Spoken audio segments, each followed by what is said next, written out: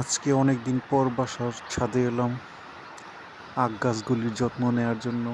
এসে দেখলাম আখ গাছগুলো বেশ কিছু জঙ্গল টাইপের হয়ে আছে।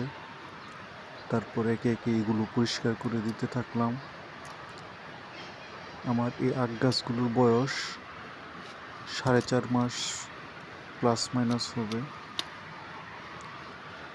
পাশাপাশি লাগিয়ে দিয়েছিলাম ড্রাগন গাছ। ড্রাগন গাছগুলো বড় হচ্ছে। আর এই আখগুলো ছিল ফিলিপাইনের কালো আখ।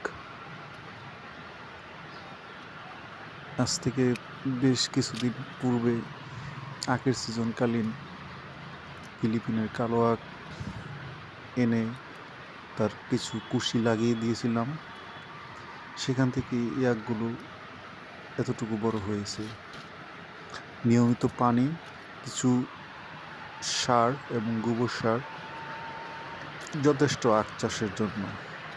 আপনিও শখ থাকলে বা প্রয়োজন বোধ করলে বাসার ছাদে, টবে কিংবা কোনো পাত্রে 1 থেকে 2টি কাণ্ড আখের লাগিয়ে আখ চাষ করতে পারেন।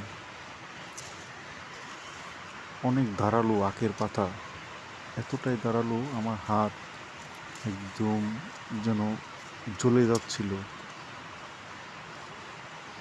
খুবই মারাত্মক ধারালো আখ গাছের পাতা। যাই হোক, এটাও একটা আনন্দের। আপনারা চাইলে আপনাদের বাসা কিংবা ব্যালকনি কিংবা প্রয়োজনীয় যেখানে মনে করেন সেখানে একটু রৌদ্রোজ্জ্বল জায়গায় আখ চাষ করতে পারেন, মন্দ হবে না।